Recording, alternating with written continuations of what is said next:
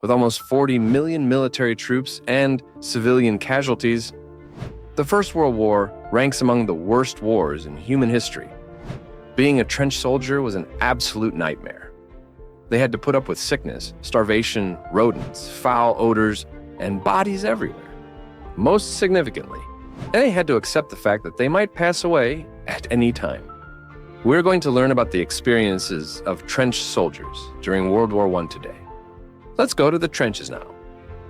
British, French, German, Russian, and Ottoman soldiers engaged in combat in trenches, which are linked networks of muddy trails excavated to a depth of around 7 feet and 6 feet at the front lines, or the battlegrounds, between October 1914 and March 1918. Despite providing soldiers with cover and defense against enemy fire, the trenches' unsanitary conditions ironically contributed to a great deal of death.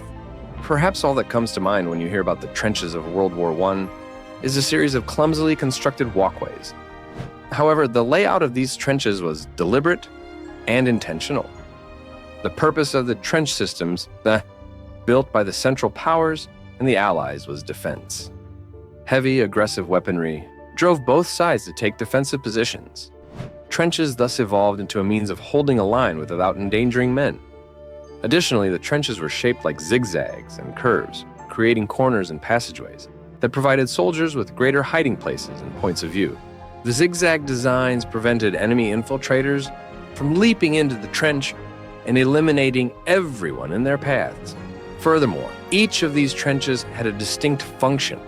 During the troops' R&R, several trenches functioned as holding corrals. There were tunnels used for storing supplies. There were other pits for trash. There's something enjoyable about being drenched in gooey muck. For the sake of healthier skin, people spend a lot of money at upscale day spas to have their faces covered with organic mud.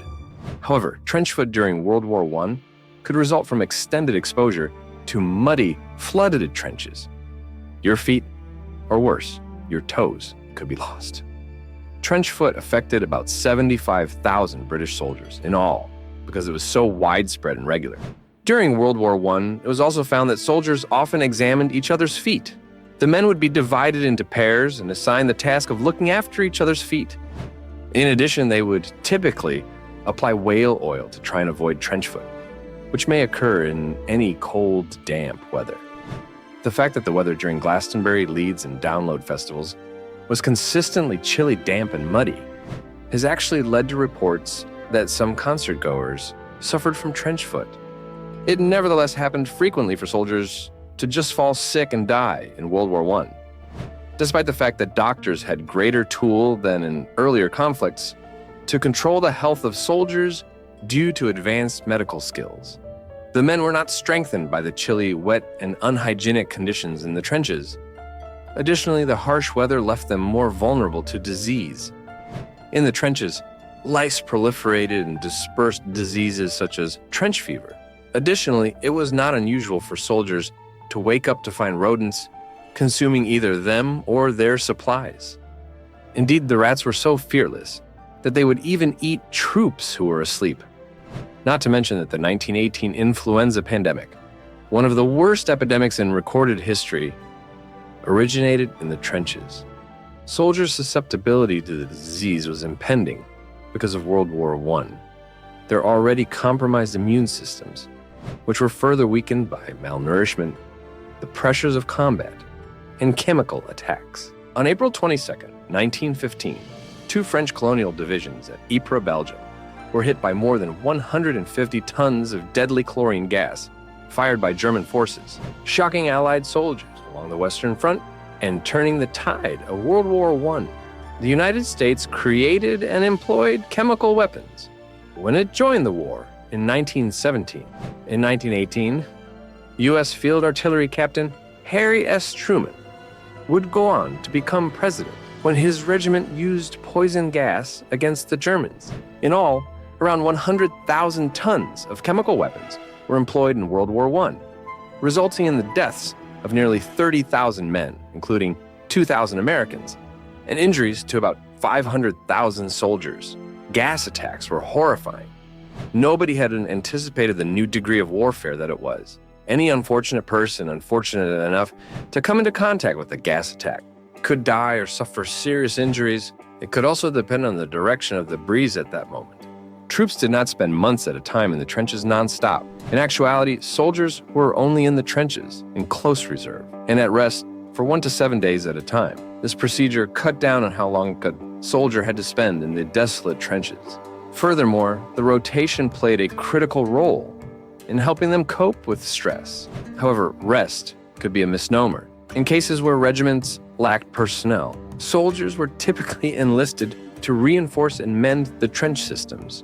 However, there were other troops who made use of their time away from the trenches by going to brothels. 1 million French soldiers had received the STI treatment by 1918. Due to their constant exposure to violence and death, soldiers on the front lines inevitably suffered from severe psychological injuries.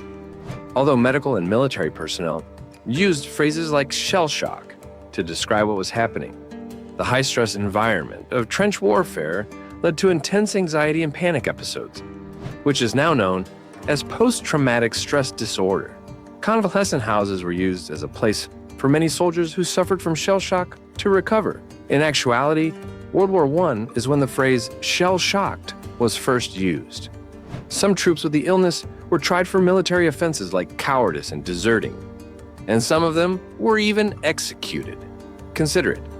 Because no one knew how to treat PTSD, 266 British soldiers were put to death for desertion, 18 for cowardice, 7 for resigning from a position without permission, 5 for defying a valid order, and 2 for throwing away their weapons. During World War I, trench food was popular. It was terrible, of course. However, it was critical to sustain the troops. 300,000 field workers were employed by the British Army alone to prepare and supply the food. Small rations of boiling meat, bacon, vegetables, and bread made up the men's food, though it sometimes took up to 8 days for the bread to arrive in the trenches. And it was stale by then. But resourceful soldiers handled the problem of stale bread on their own. They tore up the hard loaves and added potatoes, onions, raisins, or anything else they could find, and then boiled the concoction in a sandbag. By the winter of 1916, turnips that had been dried and ground were being used to make bread due to a shortage of wheat. And now, the main course consisted of a few chunks of horse meat in a pea soup. It's possible that the soldiers had to endure bad meals. However, the one thing they could look forward to was the booze they would be given, which would give the guys in the trenches alcoholic courage.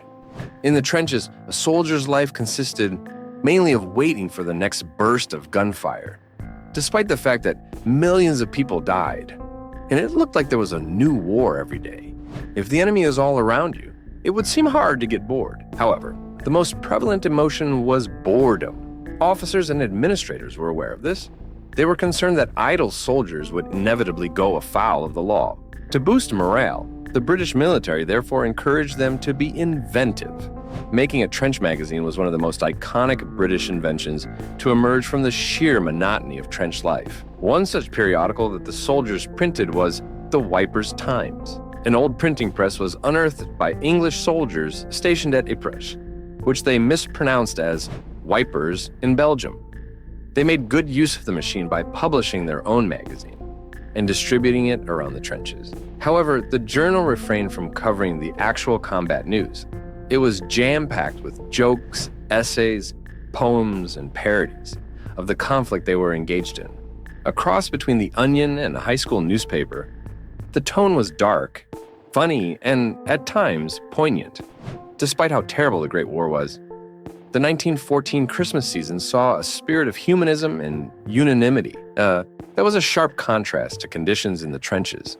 Christmas Eve saw a provisional truce for the holiday after a chorus of carols from both German and British trenches. Troops from both sides of no man's land came out of their trenches to greet each other, exchanging presents and showing friendliness. It was strange to watch British, French, and German men emerge from their trenches into no man's land and meet each other with seasonal greetings. And yet there they were, trading food and trinkets for cigarettes and engaging in competitive football. Sadly, the tranquility was short-lived. The next day, there was further fighting, and once more, the warmth turned into hostility. A few units organized ceasefires the next year so that they could gather and collect the dead remains of their comrades who had been shot down in no man's land. However, the truces were not nearly as frequent as they had been in 1914, partly because high leadership on both sides had issued orders banning truces. The impact of the First World War on language is among the most intriguing and unexpected of its after effects.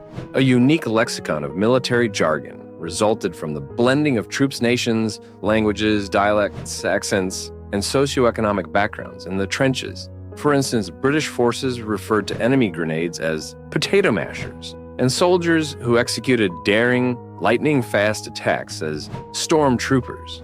Another phrase that came into being during World War I was basket case. Basket cases were wounded soldiers whose missing limbs required them to be carried out of the trenches in long, casket-shaped baskets. The term cooties originated in 1915 and refers to the coot, a species of duck that is infamous for having parasitic infestations, including lice.